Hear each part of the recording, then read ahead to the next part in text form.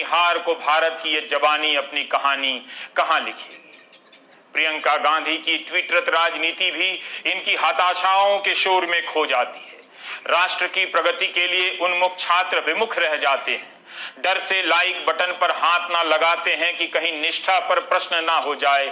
पराजित युवाओं के लिए क्रांति फिल्म के गाने की एक पंक्ति प्रेरणादायक हो सकती है, वो जवानी जवानी नहीं जिसकी कोई कहानी ना हो। प्यार का सुंदर गाना ही इंसान को सुंदर बनाता है। You know what I mean.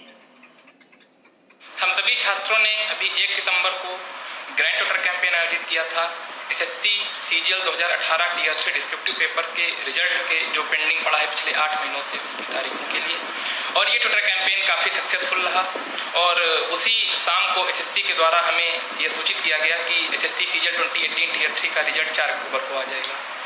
परंतु हालांकि वह टोटर कैंपेन जो उसका उद्देश्य था उसकी पूर्ति करने में वह सफल रहा, परंतु इसके अतिरिक्त छात्रों की एसएससी से कई सारी मांगे अभी भी शेष हैं, जैसे रैंक लिस्ट का मुद्दा, जैसे वेटिंग लिस्ट का मुद्दा, तथा एसएससी में एक ऐसी अथॉरिटी हो जिसके द्वारा छात्र अपनी समस्याएं, अपनी ग्रीवेंसेस डायरेक्टली उस अथॉरिटी तक रख पाएं और एसएससी उनको टाइम बाउंड मैनर में सॉल्व कर सके। बच्चा एग्जाम का फॉर्म भरने के बाद इंतजार करता रहता है कि कब मेरी एग्जाम होगा, एग्जाम हो जाता है तो रिजल्ट नहीं आता, रिजल्ट आता है तो ज्वाइनिंग नहीं होती है।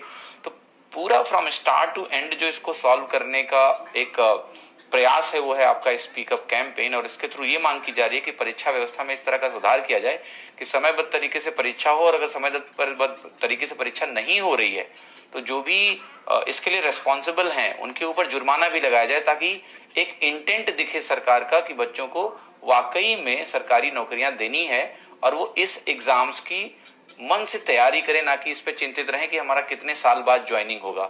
अतः ट्विटर पर युवाओं का ट्रेंड आंदोलन फेल ही कहा जा सकता है। ट्विटर पर जन कल्याण हेतु सर्वसुलभ मंत्री जी ने बयान नहीं दिया।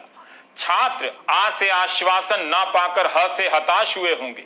सहायक लोको पायलट की भर्ती का विज्ञापन वर्ष 2018 में निकला था, आज तक भर्ती पूरी नहीं हुई, ज्वाइनिंग नहीं हुई।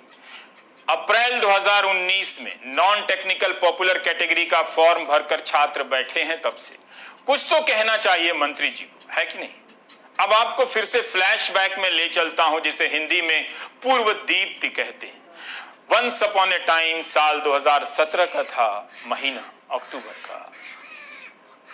मंत्री जी ने कहा था कि रेलवे के इकोसिस्टम में 10 लाख नौकरियां बन जाएंगी, उस दिशा में काम कर रहे हैं। 10 लाख, इधर 1 लाख की भर्ती का पता नहीं। बयान में स्पष्ट रूप से कहा था कि रेलवे में भले सीधे तौर पर ना मिले इतनी नौकरियां, लेकिन रेलवे के इकोसिस्टम में 10 लाख लोगों को नौकरियां मिल सकती हैं। रेलवे में होने वाली सीधी भर्ती का तो हिसाब दे ही सकते थे मंत्री जो थे। विदित है कि अगले 1 साल के लिए रेलवे ने नई भर्तियों पर रोक लगा दी है। कौन यह प्रश्न पूछे कि हम कैसे जांचें कि रेलवे के इकोसिस्टम में 10 लाख में से कितनी नौकरियां बनी हैं? या ये बयान भी जीडीपी वाला बयान की तरह था? रेलवे के अफसर और कर्मचारी प्राइम टाइम कहीं छिपकर तो नहीं देखते हैं।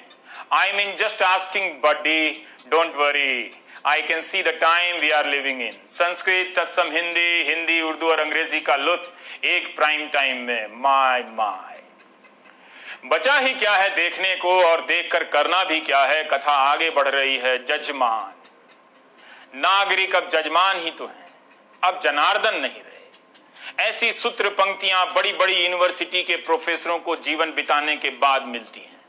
मैं अपनी तारीफ में क्या ही कहूं।